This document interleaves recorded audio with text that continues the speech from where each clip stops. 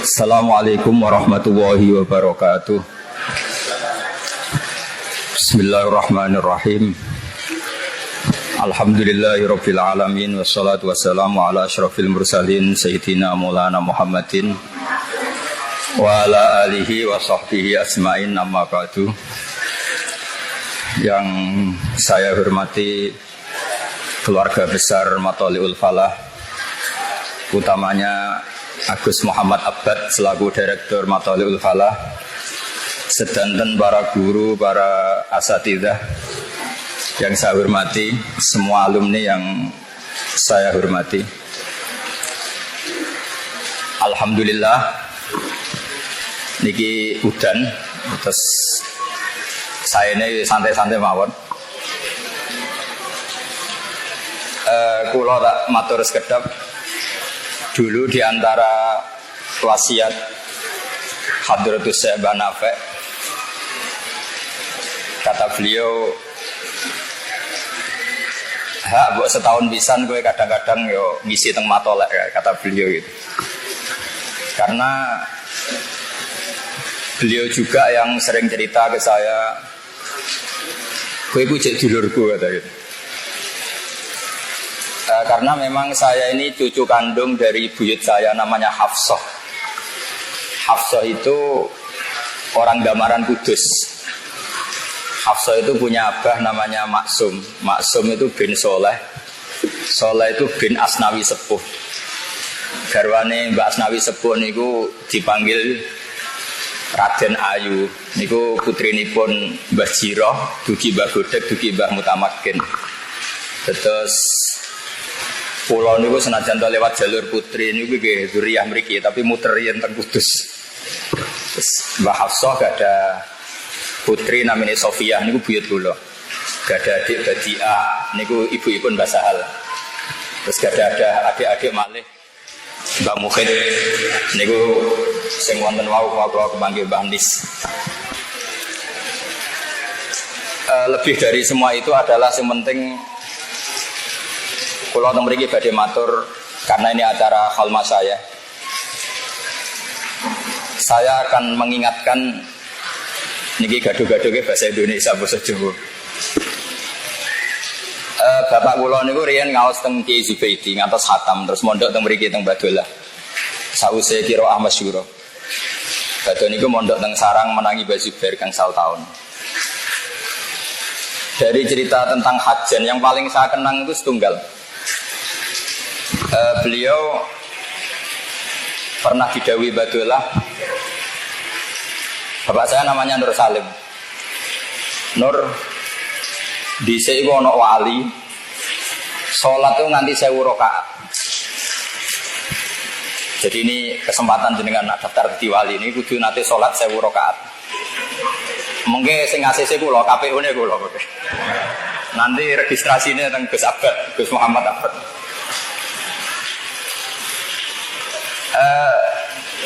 Kalau tangklet, kok kiat pak? Kata Badolah jawab begini. Yo sakjane iku niate mau 2 rakaat. 2 rakaat terus saking syukurnya sama Allah salat lagi karena mensyukuri sudah salat 2 rakaat. Setelah mensyukuri 2 rakaat, setelah salam syukur lagi ditambahi 2 rakaat. Syukur lagi, tahu-tahu sampai 1000 rakaat. Kalau imut sangat nasihati bapak itu. Jadi 1000 rakaat dari syukur. Isak kalau dalam bahasa tahu isak. Nah itu kalau saya ijazahkan ke jenengan itu mesti begini. 1000 rakaat dibagi sekian menit terus disiasati supaya cepat. Akhirnya kayak kasus tarawih di Blitar itu 7 menit selesai. Karena terus pikirannya 20 rakaat dibagi sekian berarti per rakaat sekian menit atau 0, sekian detik selesai dalam berapa? 7 menit.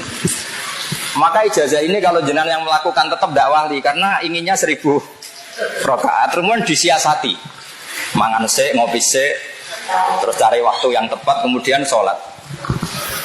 Itu beda dengan wali-wali dulu. Wali-wali dulu itu kalau sudah ibadah sama Allah, karena ini khalnya para wali termasuk utamanipun Khalil Ahmad Mutamakin. Saya tahu banyak tentang beliau karena saya termasuk orang yang meyakini versi Mbah Mutamakin itu dzuriyah dari Tuban. Ini ku Mbak Sari Bejagung. Jadi saya tahu banyak karena bapak saya itu keluarga Mbak Sari. Jadi saya tahu banyak Mbak Mutamakin itu sebelum saya sering ke kajen. Itu sholatnya orang-orang dulu. Itu saking nikmatinya. Itu kalau mau ngakhiri itu bingung. Sampai Sayyid Ali Zainal Abidin pernah sholat kemudian rumahnya terbakar gitu. Sampai saking ekstrimnya itu ada kayu gitu, kayu balok itu jatuh ke beliau. Itu ya tetap asik diteruskan sholat. Ketika ditanya, apa engkau gak merasakan itu? Kata beliau, saya sibuk menghadap Allah sehingga saya tidak terasa kalau sedang ada kebakaran. Sayyidina Umar radhiyallahu anhu itu pernah mengalami satu hal yang terkenal sekali, yaitu beliau ditusuk sama Abu Lulu Al-Majusi. Alat yang dipakai nusuk itu kira-kira ya seperti pedang tapi bermata kayak pancing. Jadi kalau sudah masuk, nariknya susah. Setiap dicoba ditarik itu sakitnya minta ampun. Tapi apa kata Sayyidina Umar? Gampang katanya. Nanti tarik ketika saya sholat. Beliau sholat sudah itu ditarik itu lam yataharrak, dia tidak gerak sama sekali karena nggak terasa. Nah, jadi kan kita semua ini sholat copot nyamuk saja gegernya tak. Jadi untuk daftar wali kayaknya kita masih jauh. Tapi ini pemanasan daftar apa? Wali. Karena saya juga sudah daftar, tapi ya belum tahu ini sudah masuk belum, tidak tahu saya. Tapi kita boleh GR syukuran dulu, menang kalah sementing syukuran dulu. Jadi ini mas Nadim yang semangat. Ya, jadi menang kalah syukuran dulu. Kenapa saya cerita bab wali? Nanti insya Allah saya akan membawa dua tema, yaitu Kitabul Wilayah dan Wilayatul Fiqhi. Karena kita tahu kajian dulu, mulai dulu, ya banyak yang ahli fikih, juga banyak yang masyhur bil wilayah. Dan saya termasuk orang yang diuntungkan lewat dua mashrab besar ini. Yang perlu diketahui begini, sebetulnya wali-wali dulu jadi wali itu tidak harus wiridannya banyak atau ibadahnya banyak, enggak. Tapi karena rasa, jauh. Abu Yazid Al-Bustami itu pernah punya murid, itu min ahlil ibadah. Dia tidak puasa. Kalau malam mesti jungkung. Setelah melakukan itu 40 tahun, tanya sama Abu Yazid, apa saya sudah wali? Kata Abu Yazid, belum. Kok bisa ya? Saya memang belum mengalami kasuf, kata muridnya tadi. Ditanya, kenapa kok begitu? Kalau kamu mau saya ijazahi, nanti setelah itu pasti jadi wali. Terus, ya guru. Padahal ini ngaji ini 40 tahun, nggak pernah nggak puasa, nggak pernah nggak qiyamul lail. Setelah dijazahi kata gurunya gini, tapi kamu tidak akan kuat katanya. Berapa? Satu saja, tapi kamu tidak akan kuat. Katanya. Ya cobalah guru, nanti saya coba. Terus kata si Abu Yazid gini, lucu jazanya.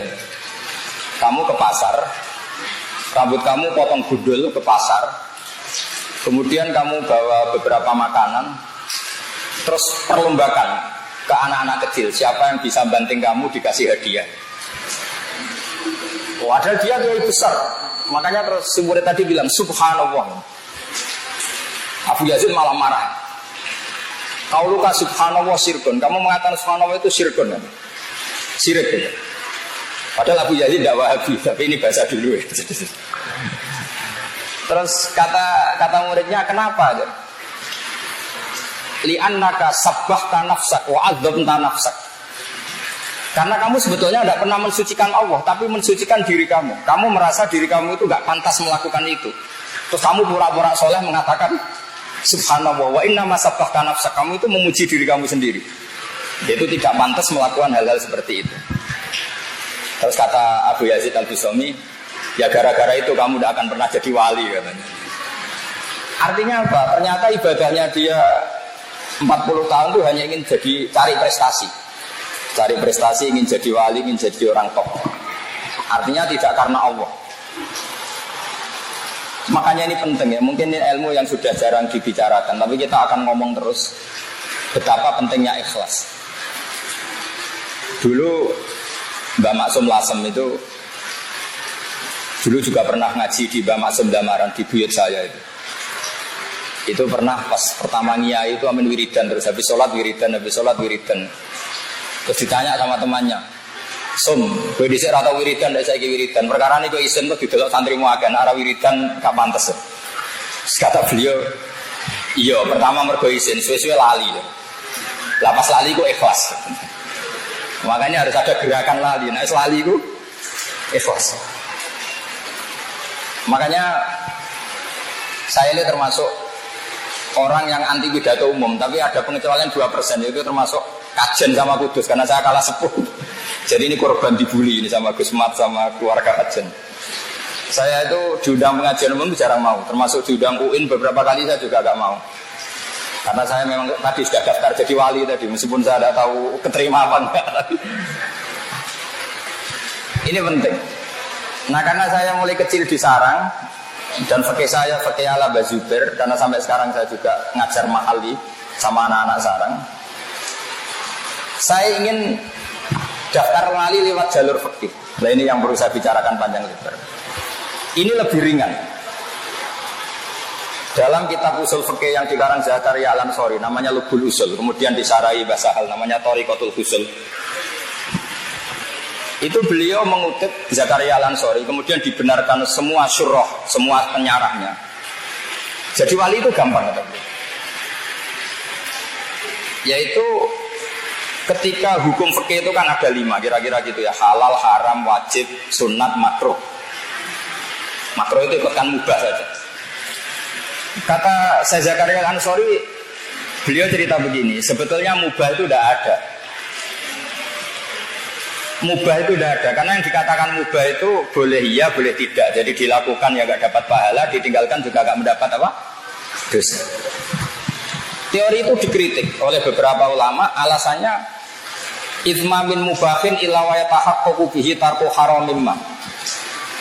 Fa'il jamu minasukun tarkul qatli wa minasukut tarkul hibah. Karena tidak ada sesuatu yang mubah kecuali saat itu pasti ada haram yang ditinggalkan. Orang tidur artinya dia tidak zina, tidak maling, tidak korupsi. Orang jagongan, misalnya saya guyon sama Mas Nadif, lumayan daripada dugem di kafe, mendingan jagongan sama Mas Nadif. Meskipun tadi ngomongnya saru-saru kata beliau tadi betul. Katanya tapi saru cara kiai tapi gak saru cara orang awam. Sehingga kiai-kiai itu setahu saya tuh ya sering jagungan. Mbah Mun sekenal saya ya jagungan terus. Saya dulu ya Islam. Mbah Mun kalau ketemu Mbah Sal ya guyon betul-betulokan. Ini gak bisa dikatakan omongan yang tidak penting itu enggak. Karena dari keasikan itu ada sekian haram yang ditinggalkan. Jadi tidak ada sesuatu mubah dilakukan kecuali saat itu pasti meninggalkan keharaman. Terus diteruskan oleh beliau, watarkul haram wajibun, padahal meninggalkan haram itu wajib. Sehingga melakukan mubah juga wajib. Jadi sebetulnya para kiai, para santri yang sewengi turu rata tahajud, anggap saja melakukan kewajiban. Karena ya gak ngerasani orang, gak zina, gak maling, gak gosip, gak bully, gak weanan tadi. Sehingga saya ingin daftar wali yang jalur itu saja.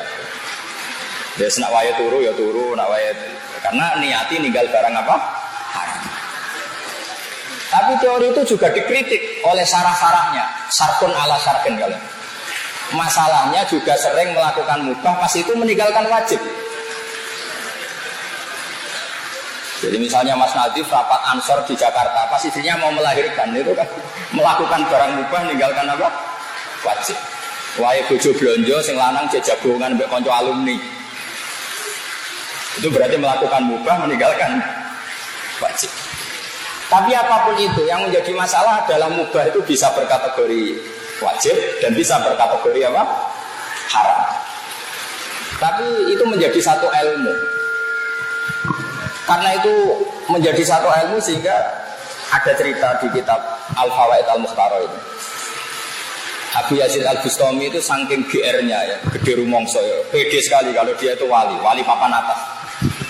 Terus tanya sama Allah, ya Allah, lalu yang setingkat saya itu siapa kan?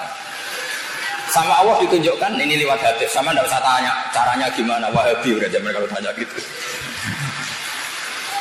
Kata Allah, itu loh teman kamu yang tidur itu. Itu setingkat kamu makamnya. Abu Yazid protes, kenapa ya Allah? Kowe kakean ibadah itu nganggep aku itu koyok polisi. Jadi nak orang ibadah itu kantor rahmatku. Iku ngertiin aku baik-baik saja terus ditinggal turu. Jadi saya ingin daftar yang itu, maksudnya makanya ini. Jadi saya ini sudah daftar tapi yang jalur itu aja.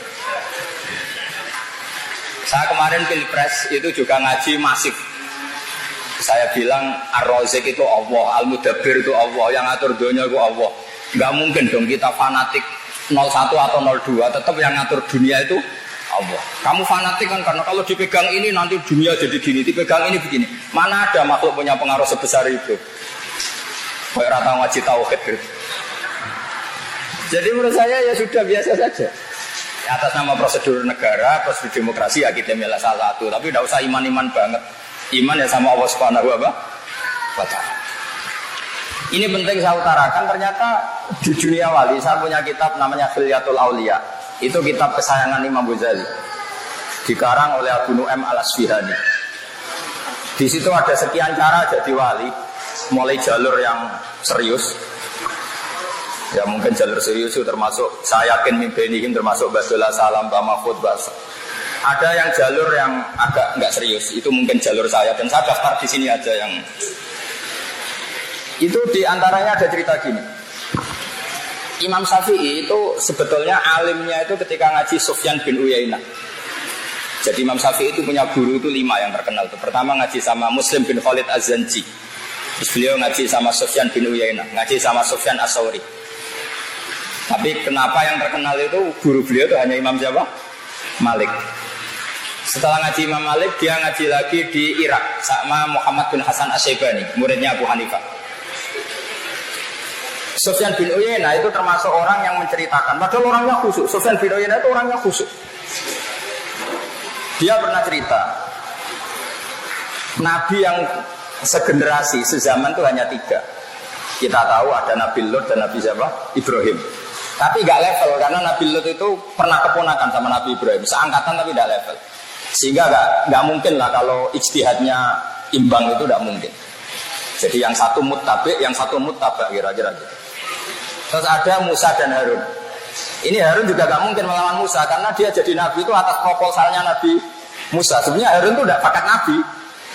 Tapi karena Nabi Musa itu alsat, pelat, beliau matur ke pangeran, Gusti saya ini pelat, harus ada jubir. Jadi bukan Balim kok yang punya jubir, dulu Nabi Musa juga punya jubir. Rabbi shrah li sadri wa yassir li amri wahlul 'uqdatam min lisani yafqahu qawli waj'alni waziram min ahli Haruna akhi. Ada sebagian ayat yang lebih jelas. Wa akhi Harun huwa afsahu minni lisanan fa arsilhu ma yarid ayusaddiquni. Gusti saya ini pelat. Sehingga kalau saya jadi nabi nanti kalau nalkin orang bingung mayitnya kira-kira gitu. Saya pernah didatangi seorang kiai top. Dia pas stroke, pas agak darah tinggi disuruh nalkin.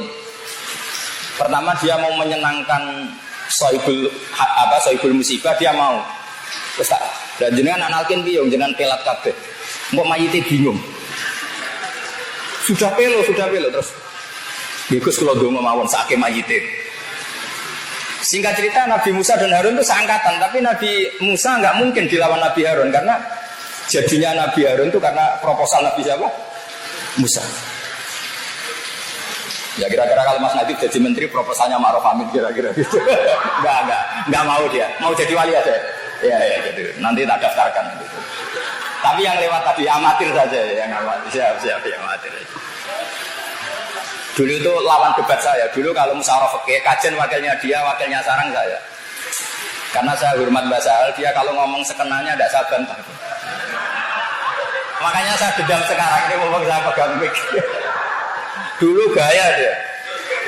Karena Mbak Dola terkenal wali, dia mantunya Mbak Nafek terus terkenal kalau mau jadi mantunya Mbak Nafek. Jadi saya keteror ini jadi menantu Mbak saya. Jadi terus ya sudah diam, dia ngomong sekenanya sudah seperti. Nah sekarang itu saatnya balas dendam. Terus kemudian ada nabi yang seangkatan yang memang kualitasnya sama, kedekatannya sama Allah sama, mazaya wal fadil, al mazaya wal fadilnya juga sama, yaitu Isa dan Yahya. Nabi Isa kita tahu mulai kecil ya sudah bisa ngendikan wa yukallimun nasa fil mahdi wa kahla. Nabi Yahya juga kata Allah, ya Yahya khudil kitaba bi quwwah wa atainaul hukma sabiyya. Tapi apa yang terjadi? Karena seangkatan, selevel, sama-sama masih muda. Itu kalau Nabi Yahya dan Isa ketemu di salah satu kampung binaan. Itu kalau Nabi Isa tanya gini, di sini yang rumahnya orang-orang fasik siapa ya? Yang masih narkoba, masih dugem, masih sakau, rumahnya mana ya? Kalau Nabi Yahya tanyanya enggak, di sini yang rumahnya Pak Yai, yang orang-orang soleh mana ya? Ini yang cerita Sufyan bin Uyainah dalam kitab Khilyatul Auliya atau Baqatul Asfiya. Sehingga saya jamin semua cerita yang ada di Ihya tentang manaqibul akhyar itu Imam Ghazali ngambil dari kitab apa? Khilyatul Auliya. Sekitar 14 juz. Kalau di kitab saya ada 14 juz. Mungkin kalau di Mas Nadif hanya satu karena dia malas beli terus pakai apa itu? Maktabah apa?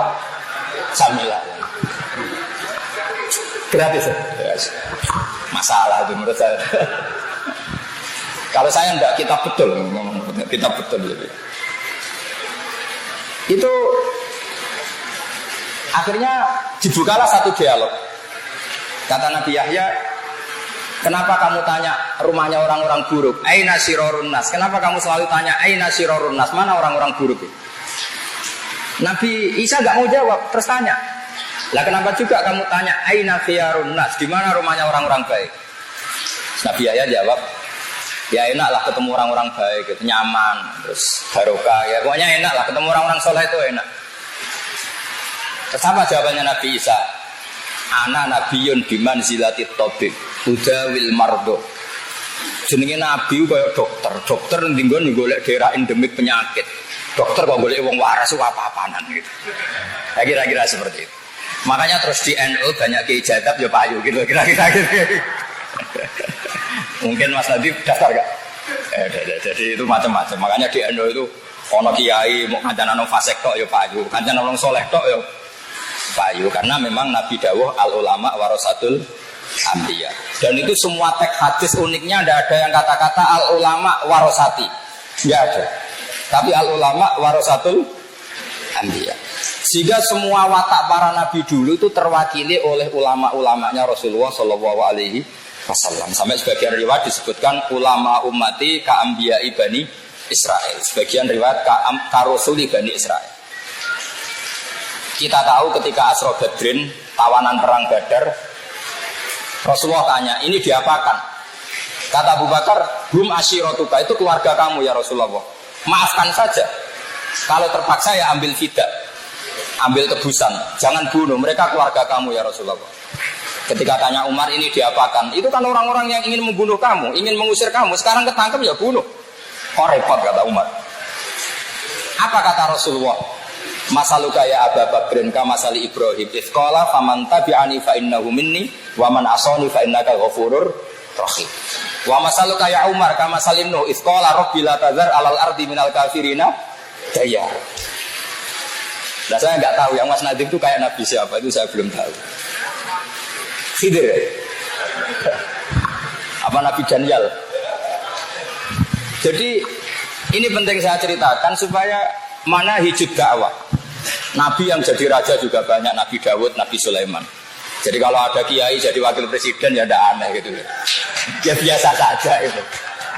Nabi yang nggak suka uang, yang nggak ulama yang nggak suka uang juga nggak punya uang dulu ya. Banyak. Terus yang nggak jelas ya nggak kaya, nggak miskin ya banyak.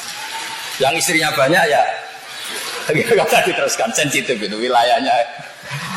Tapi yang penting saya utarakan di sini adalah khazanah ini tidak boleh hilang.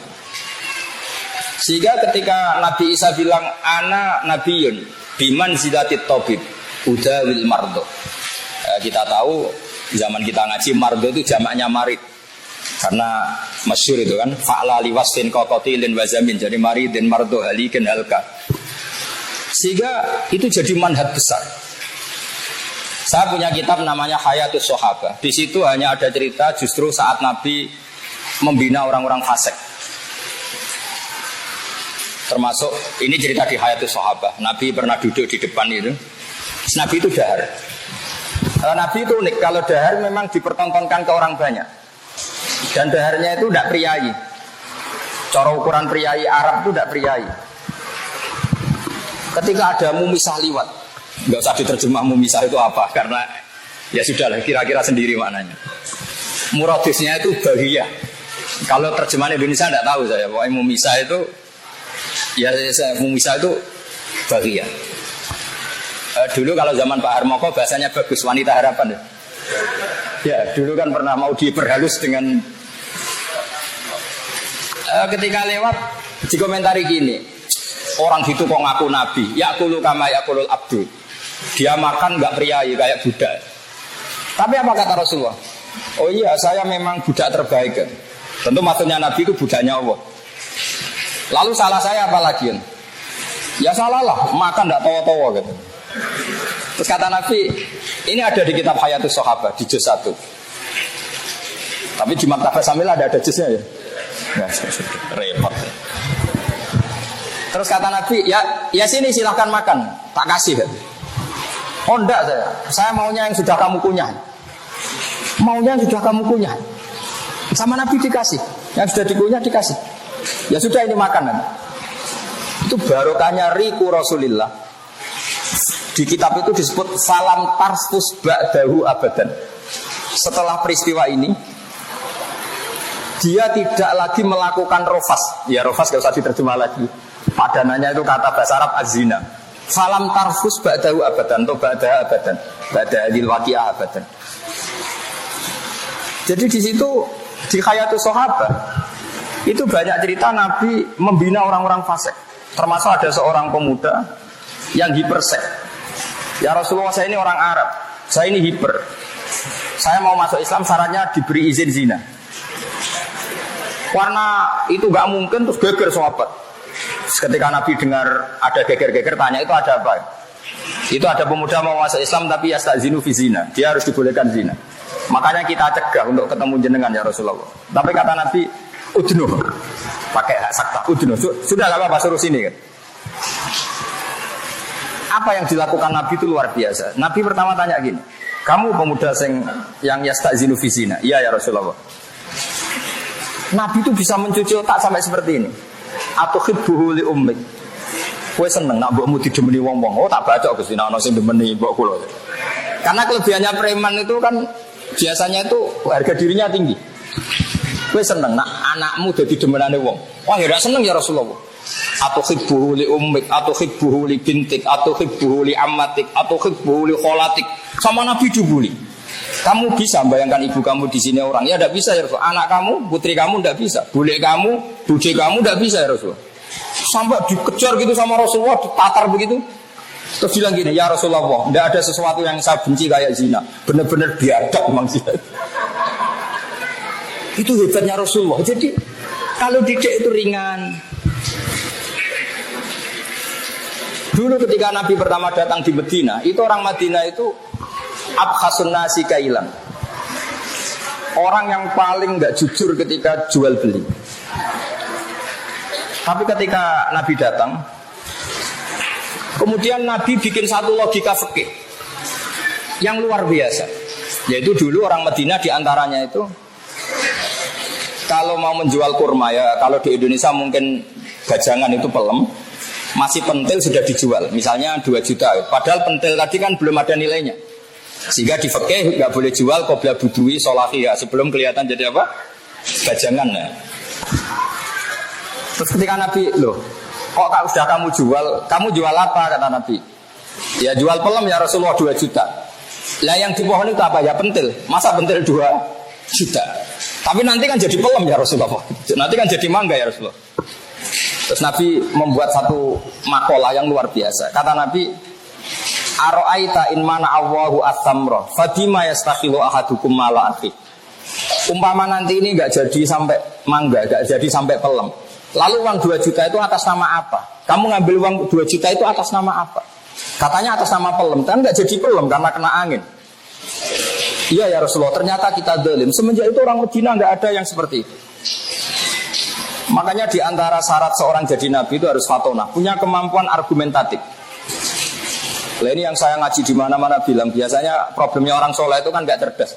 Dulu nabi ya soleh ya cerdas, sehingga nabi itu nggak pernah kalah debat, meskipun sama orang Yahudi. Dulu yang namanya Imam Syafi'i, Imam Ahmad, ulama-ulama dulu itu nggak ada yang pernah kalah debat. Dan menangnya ini bukan menang abul-abulan, memang menjadikan orang itu insaf. Saya punya sekian cerita gini. Imam Syafi'i dulu tuh ya tidak pinter-pinter amat, namanya masih amatir. Itu dulu namanya kaya itu mangkelnya bukan main, karena harta itu halal wa hisab wa haramuha iqab. Sehingga dia pengagum kiai miskin. Seneng jeneng kiai melarat tuh seneng. Marhaban orang yang bebas hisab, bebas hisab. Kalau kita kan melarat asli bukan pilihan. Jadi melarat itu ada yang diinginkan karena takut hisab, ada yang asli. Saya tidak tahu yang kena hisab itu yang asli apa yang enggak tahu saya. Singkat cerita, Sufyan Ats-Tsauri itu kiainya miskin. Sufyan bin Uyainah juga ketika ngaji di Imam Malik itu babutnya itu kalau diinjak itu mata kakinya tidak kelihatan saking empuknya babutnya Imam. Nah, terus kalau ngaji dia di kursi tinggi, gaya lah pokoknya Imam Malik. Imam Syafi'i mulai mikir, iki wong alim kok donyane akeh. Terus murid dulu itu lucu. Jadi kalau habis ngaji bilang gini, Pak Guru, sudah cukup ini, kamu sudah alim. Masih ada yang alim kayak jenengan? Oh, no, tapi mati jari Imam Malik. Siapa? Abu Hanifah. Lalu saya gimana? Kamu temui muridnya yang alimnya setingkat Abu Hanifah. Namanya Muhammad bin Hasan Asy-Syaibani. Ya. Lalu saya berangkat kapan? Besok kata Imam Malik. Diajak digandeng ke mana itu makamnya Nabi itu yang dekat makam sahabat itu ke Baqi. Dulu Baqi itu pasar rental dulu ya, ada rental tapi rental onta.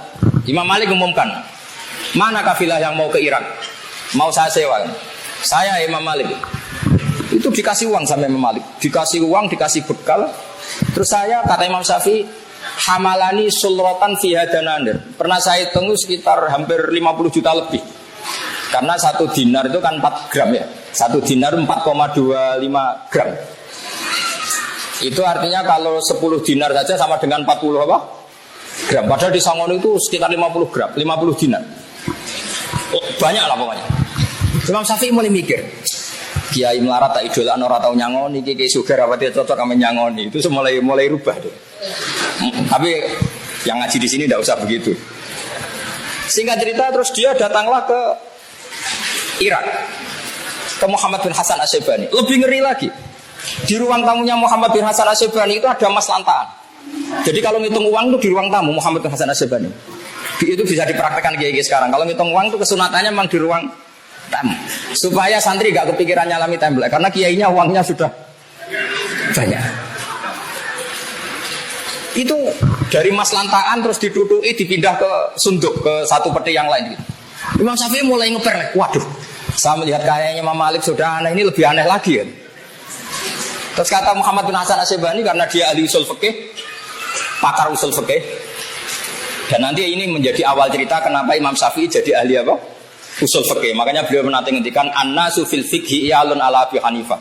Semua orang yang ngaji kitab saya berarti utang jasa sama Abu Hanifah, karena dia pertama ngaji usul fikih itu gara-gara madzhabnya Muhammad bin Hasan apa? Asy-Syaibani, sahibu Abi Hanifah. Imam Malik itu anti usul fikih karena dia ahli hadis. Ya, wah ini provokator ini. Jadi Wahabi itu Maliki. Oh, ya, gitu. Itu terserah dengan iman apa enggak. Yang jelas gak wajib iman. Setelah Imam Syafi'i takjub, kata Muhammad bin Hasan Asy-Syaibani, karena beliau senior ya tenang. Kenapa ya Fata? Manggilnya masih kenapa ya Fata? Ya heran saja kiai kok kaya. Orang alim kok kaya. Kamu heran? Iya. Ya sudah tak kasihkan orang fasik. Ganti go demenan go tombok. Ampun nak digo fasik, digo zina, digo tombok. Ya ana tak kene wong sing ra jelas-jelas digo alat ra jelas. Ampun, kiai mawon segadah. Terus mulai mikir, iya ya nak donya dikuasai wong fasik ku ya repot. Mun wong alim sugih mboten napa-napa mun mboten. Itu mulai itu rubah. Terus setelah dia rubah, digojok sama Muhammad bin Hasan Asy-Syaibani. Khairul mali ma yusarru bi siddiq wa yukmadu bil adu.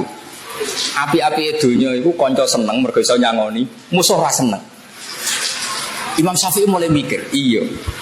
Di antara alamatnya wong bener walau karihal kafirun walau karihal rikun. Kira-kira wong kafir itu seneng kiai sugih apa kiai melarat? Enggak kira-kira. Kira-kira wong kafir itu seneng kiai jabat apa sing ora jabat? Iku Mas Adil. Kira-kira wong kafir itu seneng kiai sing dipengaruh apa sing ora dipengaruh? Semenjak itu Imam Syafi'i mikir iya. Nak wong Islam duwe syauka, wong kafir gak seneng. Nak wong Islam dipengaruh, wong kafir gak seneng. Kulo niku asline ra seneng terkenal, mboten seneng blas. Tapi kulo niku kadang-kadang yo mikir, misalnya kiai alim gak duwe fan, gak duwe muhibin. Sing di muhibin apa penyanyi dangdut, terus piye nek jare. Jadi akhirnya Imam Syafi'i mulai keterusan. Saking keterusannya Imam Syafi'i di fatwa ngeten, ada orang kuat beli Alphard kok beli carry tua haram ya begitu. Iya, orang kuat bikin rumah tingkat kok melek haram. Terus keterusan. Masyhur madzhab Syafi'i al-Islam ya'lu wala yulale sampai kafir dhimmi kok naik kuda. Orang Islam enggak boleh naik khimar, harus di atasnya kafir dhimmi. Itu korban didikan Muhammad bin Hasan siapa? Asy-Syaibani. Sehingga Imam Syafi'i itu terus mulai ngarang usul. Ngarang kitab usul. Saya punya kitab pertama yang dikarang Imam Syafi'i namanya Ar-Risalah. Saya punya kitab Al-Um. Semenjak itu Imam Syafi'i itu jadi Al-Usuli. Kemudian keahlian beliau diwarisi Imam Ghazali. Setelah itu jauh beliau ngarang Al-Mustashwa. Terus Razakar Al-Ansori dikaranglah kitab Lubul Usul. Itu diantara yang disarai bahasa ahli Thariqatul Usul ini. Disarai Mbah Mahfud Nailul Ma'mul tadi. Terus era macam-macam. Sampai sekarang kalau di Mesir siapa? Wahbah yang ahli siapa? Khalaf. Yang ahli usul fikih Wahbah Zuhairi siapa itu? Wahab Khalaf siapa? Iya. Zahra Abu Zahra dan sebagainya. Nah, makanya di Matola ini luar biasa menurut saya. Didikan wali ya jalan, karena wali itu penting. Karena kalau tidak ada wali terlalu usuli, orang liberal itu ya korban apa? Usuli. Tapi orang tidak bisa usul fikih udah digobloknya ora karu-karuan. Sehingga ada cerita santri sering naboi bojone. Naboi itu memukul pakai tangan, itu bahasa Jawa apa? Naboi. Secara definisi naboi itu mukul pakai tangan. Istrinya lapor sama Pak Yai, alumni jenengan itu keras sama saya, sering naboi saya. Terus dipanggil, alumni, kamu jangan pernah naboi istri kamu. Selang sekian bulan istrinya lapor, sekarang nyadui Pak Kiai.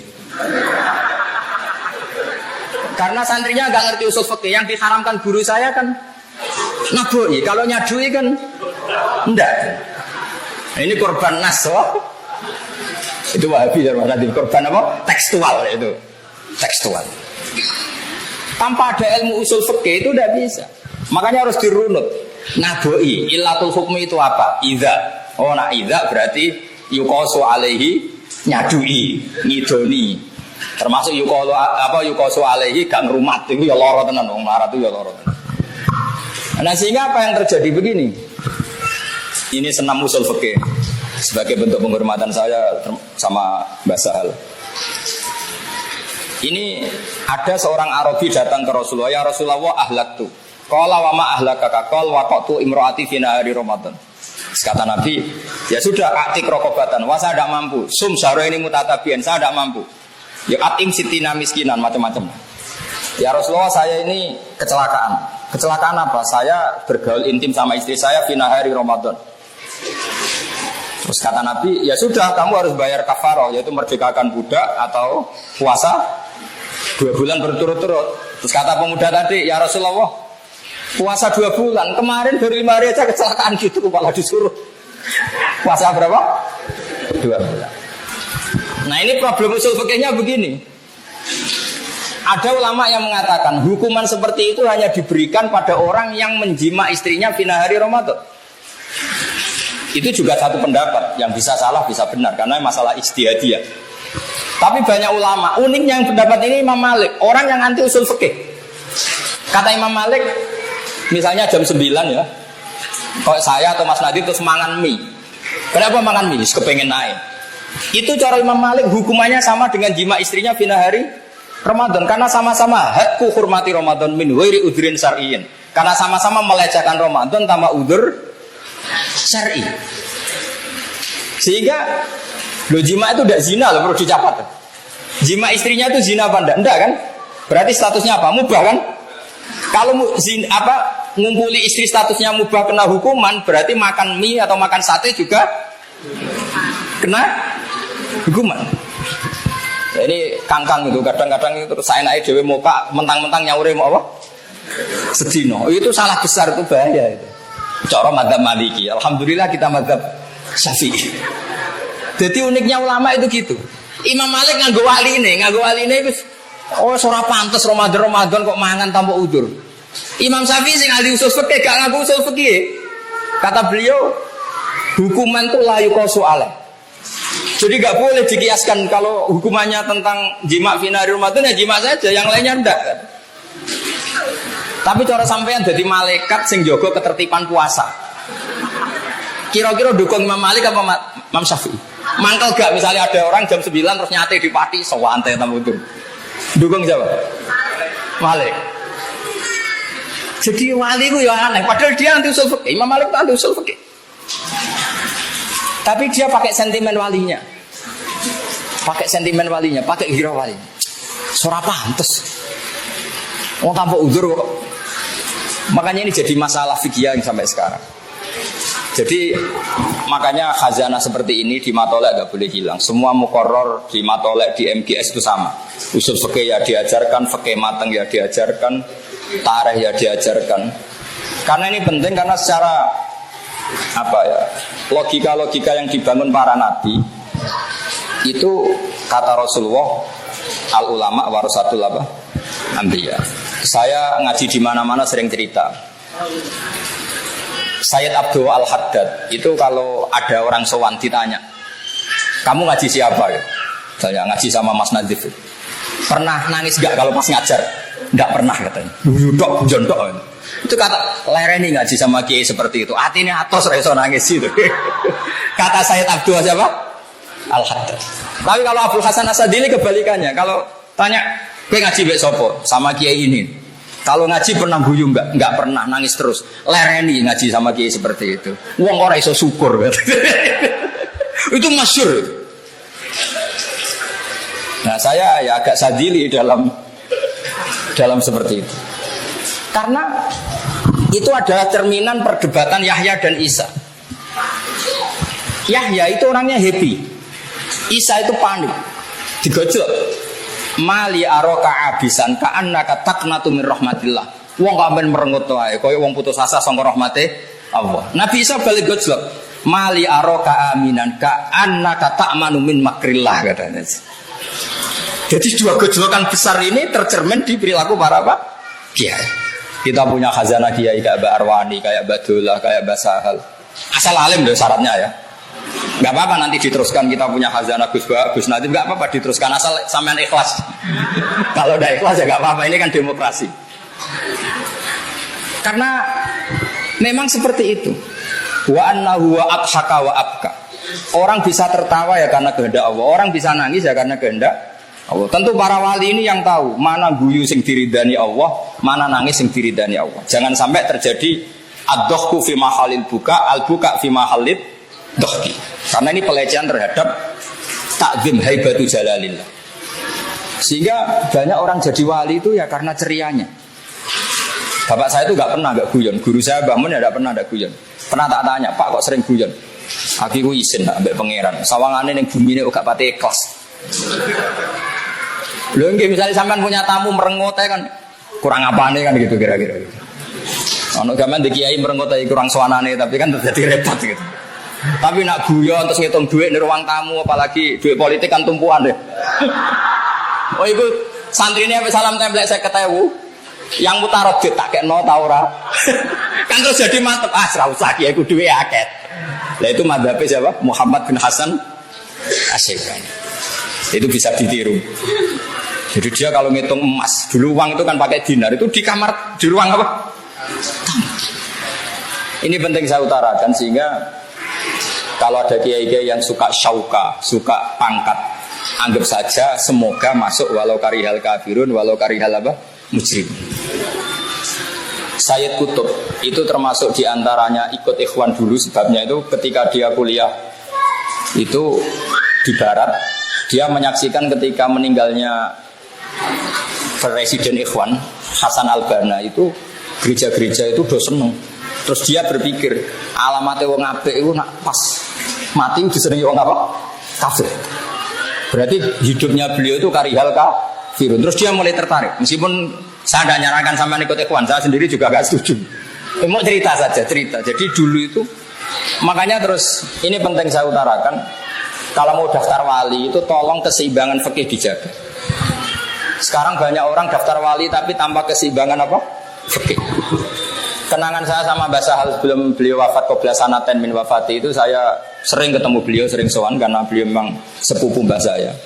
Pernah bilang gini sama saya, "Hak, umpama pantes pondok-pondok tak sertifikat." Ini kata beliau.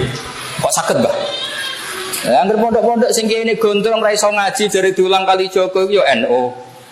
Terus terkenal wali sing mulang langsung kali Joko duwe unta kusuma yo NU. Engko kadang ya rapati salat iku ya afiliasine NU. Ape tak sertifikat. Anggar gak mulang takrib ora kiai kata beliau gitu. Aku bilang gini loh, jenengan kan Rais Am kan tinggal bikin pelaturan. Aku kiai ra pantes kata beliau gitu. Artinya gini, resiko tradisi NU itu kan macam-macam. Kata Mbak Mun gini, kalau kata Mbak Mun lebih ekstrim lagi. Wali ku ra iso ngaji ora, wali ngono-ngono iku ra iso ngaji. Dadi nak bodoni konangan. Ini kata Mbak Mun. Kok saged ya? Lah iya. Jumatan ning Indonesia setengah siji ditakoki, "Mbah kok ora Jumatan?"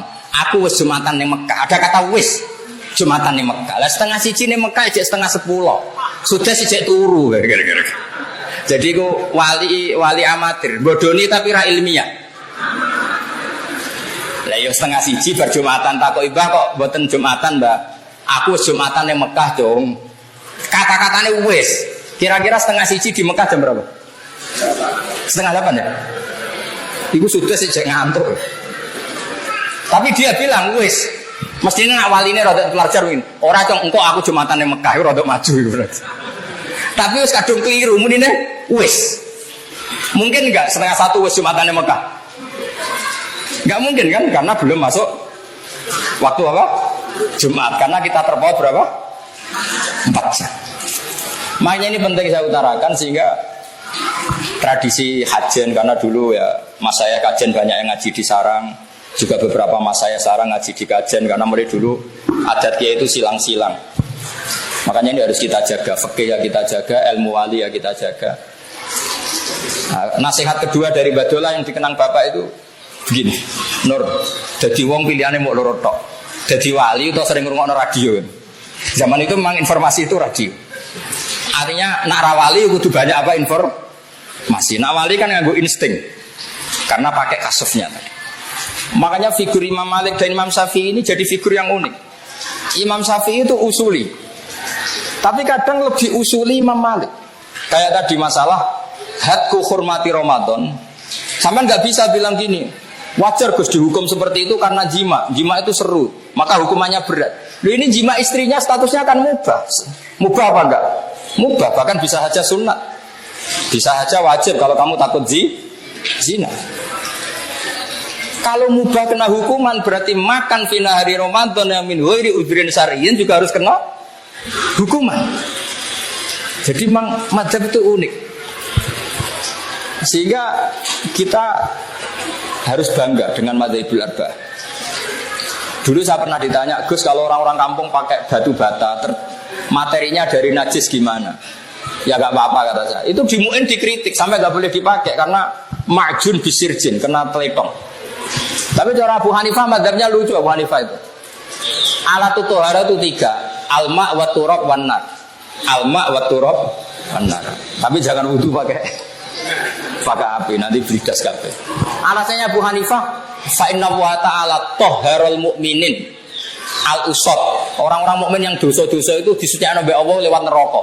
Berarti neraka itu al-mutahhirah, an-nar itu. Sehingga botol yang dari sirjin karena sudah dibakar hukumnya suci. Tapi jangan teruskan tadi ya, misalnya junub nggak dapat emak, dapat turab. Ya nggak usah diteruskan begitu. Ya untuk menghukumi sirjin saja Pak. Labinah atau batu bata yang tercipta makjun apa? Bisirjin, pakai telipang tadi.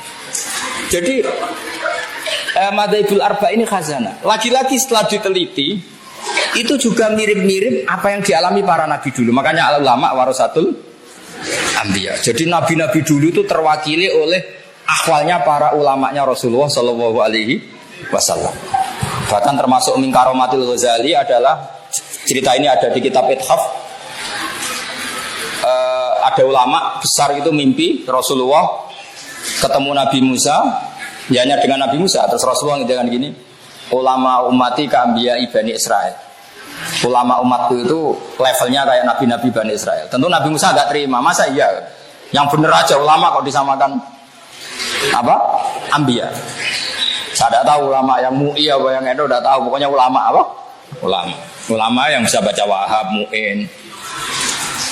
Kata Mbah Mun itu kiai itu ada dua. Ada kiai, ya kiai tenan. Jabat tidak jabat di NU ya tetap kiai. Ada jabat karena dikiaikan karena jabat. Singkat cerita terus yang benar, iya kata Rasulullah. Dipanggillah Imam Ghazali. Kalau kamu nggak percaya tak beri contoh satu. Ini Manaqibul Ghazali. Dipanggil Imam Ghazali. Ini Nabi Musa kenalan. Kamu siapa namanya? Imam Ghazali ya jawabnya. Ana Muhammad bin Muhammad bin Muhammad Al-Ghazali Atusi Asyafi. Namanya beliau kan Muhammadnya 3. Ana Muhammad bin Muhammad bin Muhammad Al-Ghazali Atusi Asyafi. Saya Muhammad bin Muhammad bin Muhammad Al-Ghazali Asyafi Atusi. Terus kata Musa kecangkeman ya. Ditakoi jenenge panjang. Tapi kata Imam Ghazali, ya mendingan saya lah ditakoi jenengan makhluk jamnya saya panjang. Lebih parah lagi jenengan. Kenapa? Sing takok pangeran kok jawabe kepanjangan. Apa itu? Wa matil kabiyaminika ya Musa. Sing mbok gawa tangan-tanganem iku apa? Qala ya aso ya atawakkau 'alaiha wa husyu biha ala ghanami wa liya fiha ma'ribu ukhra. Niku ora sopan. Wong sing takok ya alam sirra wa akhfa kok jawabe kepanjangan. Terus kata Nabi Musa, "Oke ya Rasulullah, ya yes, ngono lah. Iya, pancen ulama pinter kira-kira gitu." Karena tadi jawab Imam Ghazali, ana Muhammad bin Muhammad Al-Ghazali Atusi Asy-Syafi'i, Mas. Ditakoki jeneng kok jawab kepanjangan. Ya lumayan kula timbang jenengan. Kok iso? Ketika Allah tanya jenengan, "Wa ma tilka biyaminika?" Ya Musarnya kan jawab tongkat Gusti. Tapi jawabnya kan qala ya asoya atawakkau 'alaiha wa ahusyu biha ala ghanami wa liya fiha ma'aribu ukhra.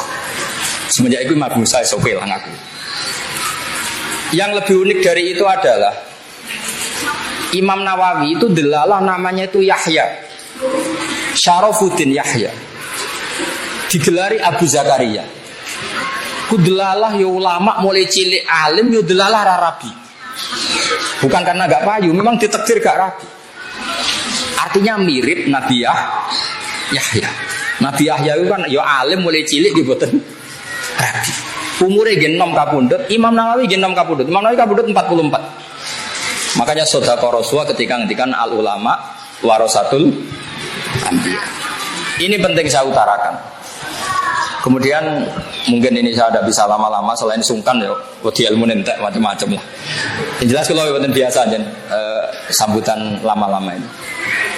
Yang terakhir mungkin saya mau cerita tentang metode tafsir karena ini ilmu yang saya tekuni. Saya mohon alumni-alumni di Matolek jangan bosan mengikuti manhajut tafsir. Karena kalau kita tidak nekuni, nanti orang lain yang ngambil. Di antara saya 2 April kemarin ketemu Pak Quraisy, beliau termasuk keluhannya banyak orang nafsirkan Quran padahal tidak ahlinya, maka Pak Baha harus mau tampil. Padahal saya termasuk orang yang suka humul, suka uzlah. Begini misalnya, ini metode yang mungkin gampang ya. Paling gampang menafsirkan Quran selain pakai perangkat tafsir Jalalain, tafsir Munir dan beberapa tafsir sini mudawan kayak Tobari, kayak Qurtubi. Pakailah tafsir ala wali. Wali itu kalau nafsiri Quran itu unik Mas Najib. Jadi kalau saya kan mulai kecil ya belajar, tapi pakai tafsir formal. Kalau wali itu lucu, kalau nafsirkan ayat itu lucu. Jadi misalnya gini. Misalnya innama amwalukum wa auladukum fitnah gitu misalnya. Hartamu dan anak-anak kamu itu fitnah. Terus nangis ya Allah nastaziduhu minha. Wong fitnah kok tak tambahi. Artinya nangis itu wong donya aku fitnah kok aku nambahi donya terus, berarti nambahi fitnah. Terus ada wali yang lain lagi marat, maca ayat wa anfiqu mimma razaqnakum, nangis dia. Ya Allah cek melarati aku, jenengan perintah anfiqu kula kok yunfaku kira-kira gitu. Jadi wali itu lucu. Jadi kalau dia baca Quran itu unik. Makanya kata Imam Ghazali, fakan min mu'allifin tafasira katsira mujalladatin la yafhamul Quran mislama fahimahu ahlu. Banyak pengarang tafsir berjilid-jilid tapi tidak bisa memahami Quran kayak mahamnya wali. Wali itu unik. Abu Yazid Al-Bustami itu ketika muridnya baca wasiqal ladzina taqarrabahum lal jannati zumara, nangis. Orang-orang baik itu digiring menuju surga. Dia nangis, nangis. Muridnya kan iskal, ini cerita surga kok dia nangis. Terus kata beliau, wah khaibah, wah hasrota, celaka betul orang itu. Ketika muridnya tanya, lho mbah niku tentang wong digiring ning swarga kok jenengan nangis. Lho nang ndi wae kok nganti digiring? Kluyuran nang ndi wae kok nganti digiring?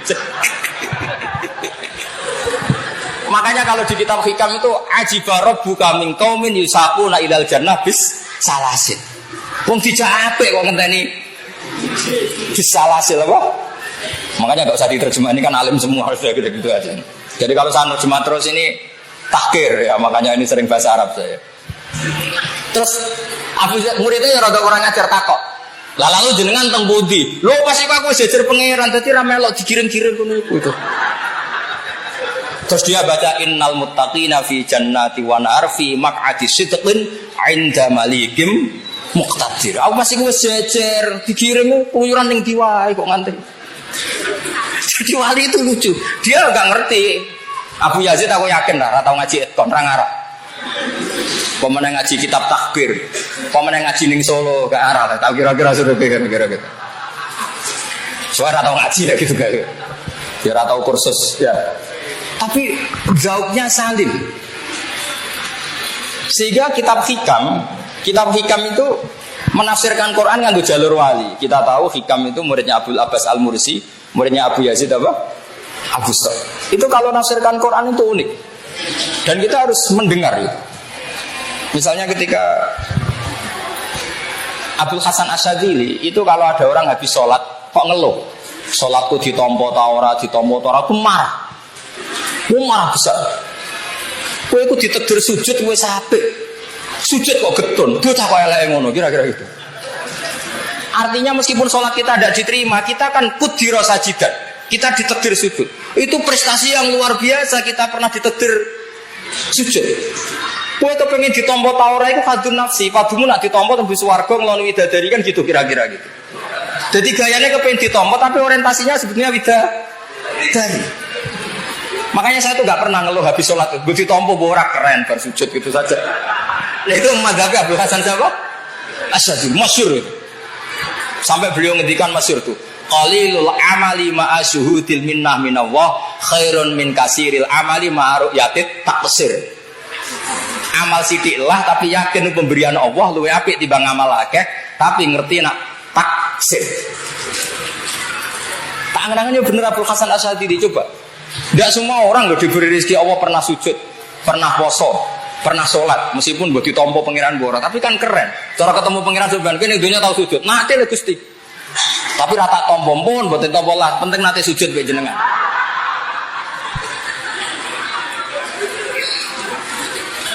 Makanya masyhur. Nah itu oleh hikam diulang-ulang. Kafal amilina jazaan an rodiyakalaka ahlam, diulang-ulang.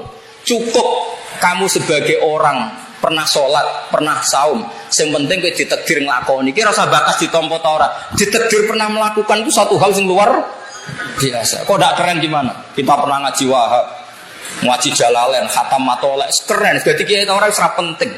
Sementing nek ana hadis thalabul ilmi fardhatun, pun tamat matolek. Wes golek ilmu berdoain pun ati ra munggah barang kula. Tadi sokoke aman. Kula mulang nggih ngoten, kula ya ora roh ikhlas ta ora ya ora roh. Sementing nek ana hadis wong wajib mulang. Pun nate Gusti bolak-balik kula mulang. Nah ini yang terakhir saya tutup kenangannya Mbak Nafek. Dulu Mbak Nafek itu maju di sarang disuruh ngajar, sama Mbak Dola disuruh boyong. Mongkon golek ilmu malah kon mulang gitu kata. Tapi uniknya Mbak Dola ketika beliau sudah di dalam, akhirnya Mbak Nafek itu disuruh ngajar. Ketika ya ada kiai lain yang nasihati, kula tapi wedi salah. Jawab kiai tadi, wedi salah koyok nabi wae. Orang Nabi salah biasa. Ini penting. Jadi sebetulnya orang nggak mulang takut salah itu keangkuhan. Berarti dia ingin ila darajatin nubuwah. Mulane kula mulang tuh putih pede salah Allah orang Nabi wae. Nah itu mazhabnya Abdul Hasan apa? Asyadzili. Jadi ini penting sekali. Jadi ya sudah pokoknya seperti itu ya. Mohon maaf. Assalamualaikum.